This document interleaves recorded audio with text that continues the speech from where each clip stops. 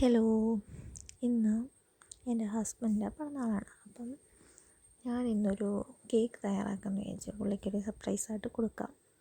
ഒരുപാട് ഡെക്കറേഷൻ പരിപാടിയൊന്നും ചെയ്യാതെ സാധാ സിമ്പിളായിട്ടുള്ളൊരു കേക്ക്. അപ്പം അതിൻ്റെ ബാറ്റർ തയ്യാറാക്കുന്നതിന് മുന്നേ അത് ഒഴിക്കാനുള്ള പാത്രം സെറ്റ് ചെയ്ത് ഇത്തിരി ബട്ടർ തേച്ച് എന്നിട്ട് അതിൽ കട്ട് ചെയ്ത് വെച്ചേക്കുന്ന ഓയിൽ പേപ്പർ വെച്ച് അതിനെ ഒന്ന് സെറ്റ് ചെയ്ത് വെച്ച് കഴിഞ്ഞാൽ പിന്നെ നമുക്ക് ബാറ്റർ റെഡിയാക്കി കഴിഞ്ഞാൽ വേഗം സെറ്റാക്കാം. അപ്പം കയ്യിലുള്ള ചോക്ലേറ്റ് കുറച്ച് ഡബിൾ ബോയിലിംഗ് ചെയ്യാൻ വെച്ച് ആവശ്യമുണ്ടെങ്കിൽ നമുക്ക് ചേർക്കാം എന്നുള്ള രീതി വെച്ച്, എന്നിട്ട് പിന്നെ മുട്ട 2 മുട്ട എടുത്തിട്ടുണ്ട്.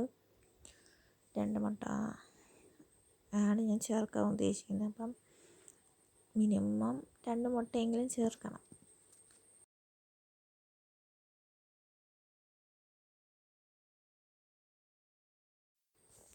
പിന്നെ അതിലേക്ക് ഞാനൊരു 1/2 കപ്പ് ഷുഗർ പൊടിച്ചത് ചേർക്കുന്നു.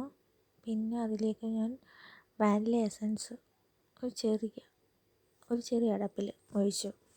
എന്നിട്ട് അതെല്ലാം കൂടെ ബീറ്റ് ചെയ്ത് ഞാൻ ഇങ്ങനെ ചെയ്തെങ്കിലും പിന്നെ അത് പറ്റാത്തതുകൊണ്ട് ഞാൻ പിന്നെ ജാറിനകത്ത് നമ്മുടെ മിക്സി ജാറിനകത്താക്കി അതിനെ സെറ്റ് ചെയ്തെടുത്തത്.